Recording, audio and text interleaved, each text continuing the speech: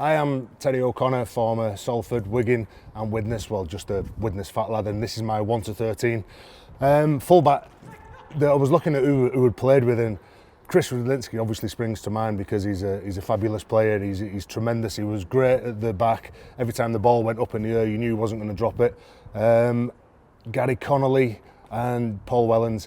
And I've gone with Gary Connelly. I thought that Gary Connelly just offers so much in attack and probably the most gifted natural player that I've ever seen play the game. Could read something. If he didn't have to run for the play, he wouldn't run for the play. And I thought Gary Connelly, not only was he good at drinking, not only was he good at arm wrestling, he was also an amazing player. Martin Afire could score tries for fun, and I think that when you look at Martin playing, I don't think that there's many people who give him much credit for being tough. They all look at him thinking that yeah, he could score some tries, but as a player, I think when he got to the back end of his career, not only could he score some tries, but he was also really good and out of dummy half. If anyone got anywhere near Martin Afire, they'd try and knock his head off. So Martin Afire would have to be up there for everything, his all-round game. In the centres, when I first went to Wigan, there was a big unit who looked more like a rugby union prop forward, really more like than a centre, and that was Vaiga Twigamala. I think he's probably the king of Samoa now. But when I went there and when I saw what Vaiga Twigamala could do, he was absolutely immense as a human being. As off the pitch, he was really religious. And he could do things that probably not many other outside backs could do back in the day when at Wigan in 1994, 95. And he was just a leader, not by what he did on the field, but off the field as well. I think when Vaiga Twigamala spoke, everyone listened, and as a young lad coming into that environment, I thought he was immense. In the other centre, Steve Renouf. I don't think that there's many overseas players that have come over here to this country that have had the same impact as Steve Renouf. I think probably the closest one would have to be Jamie Lyon when he came over to Saints. But Steve Renouf, the Pearl, he was a diabetic, and he played on that quite a bit as well when it was training and it was tough. He always said that his blood sugars were low, but when he got onto a field, he scored some fabulous tries, and I say another all-round leader. On the other wing, I was torn here because my old Irish teammate in Brian Carney, who really I saw him break onto the scene in 1998 after he played for Ireland students. And I remember old Ray French saying he'll never be good enough because he's not quick enough for a winger. Well, he proved old Ray wrong there, but you can't go past Jason Robinson, the dual international that changed the game in rugby union, I think, because when they put him at fullback or they put him at winger, when he went down and he crossed codes, because he couldn't kick, he had to run the ball, and he was absolutely devastating. One of the toughest little players that I've ever played with, and a phenomenal athlete. At halfback here at 6, like again, you try and put down your team here, and you've got Sean Edwards, Paul Sculthorpe, but probably Leeds' best player over the last 15 years, I would say, would be Kevin Sinfield. Lived his life as a true pro. You didn't know what position that Kevin was going to play, whether it was as a 6, as a 13, as a 9. That I played with him on the international stage. Kevin would have to go down as one of Leeds' best players, and not only one of his best players, but obviously one of the best leaders. And if you consider all the players that have played for the Leeds club in the Super League era, I think that Kevin Sinfield has got to be up there, had been the best. Halfback, well, this is a lad that either if he couldn't play around you, he couldn't organise plays that would cause you some problems in defence, he would cause you some problems when he's defending against you because he'd probably take your head off.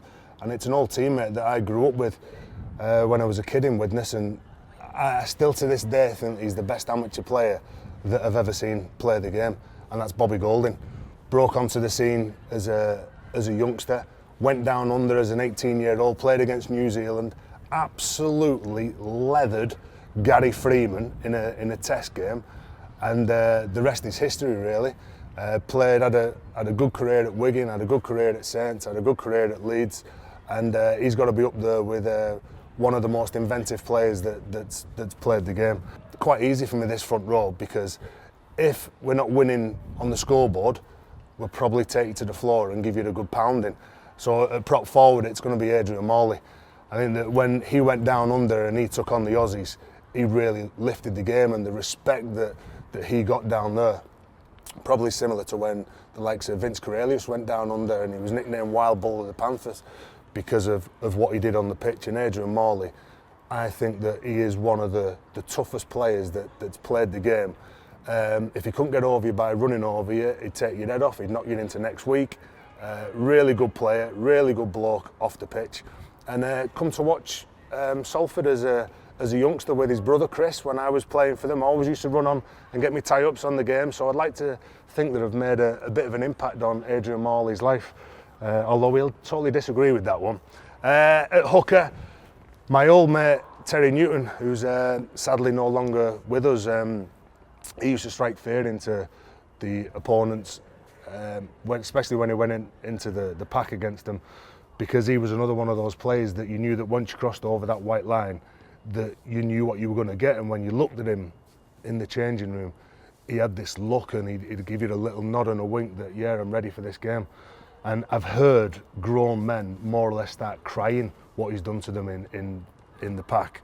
And he always had this little knack of, when he was getting up at marker, as he was positioning himself at first man, he'd lift his leg up and stamp on you. And that was all Terry Newton. So Terry Newton's got to be there, and the other prop has got to be my big fat mate, who was fat when he played for Leeds, and he's even bigger now, and that's Barry McDermott. And when you look at the modern day game, I think we've missed the characters likes of Barry Matt, because he could step you, he could offload, he could play over the top of you, he'd fly out the line, he'd try and clean you out. If you took exception to that, he'd just knock your head off. So I think, again, I don't think people give him credit for what he actually was like as a player. I think everyone just looks at Baz as a thug, which you've got a very good point with that. In the back row, Denis Betts, Young Player of the Year, former Young Player of the Year, Man of Steel. I think we all look at now what he's doing as a coach and forget what he actually did as a player. And again, he was ahead of his time, Denis Betts. I'm not saying he was the toughest, and he's probably the one in this pack that lets the team down, but I think I've got 5 other players around him that will cover him, because he wasn't a fighter, but my word, he could score a try, and he just seemed to be another phenomenal player. The other back row, well, I've left a tough man out, who's Dave Ferner, who's probably tougher than the devil's toenails, really, but I just can't put a team together and miss Shaun O'Loughlin out. I remember when we were growing up and we were playing the game, and we were at Wigan, he was growing up and had a bit of a tough time at Wigan as a kid, and the Wigan fans didn't really take to him at the time, and they said that he was only really in there because of his brother-in-law. And I think that Shaun O'Loughlin has been one of the most important key figures for that Wigan club for the last probably 13, 14 years. He can play hooker, he can play prop, he can play standoff, he can play loose forward, and he can play in the back row, and that's where he's playing in my team, in the back row. At loose forward, I think the best player I've ever played with, and it's Shaun O'Loughlin's brother-in-law, or as Shaun O'Loughlin likes to call him, our Andy. It's got to be Andy Farrell.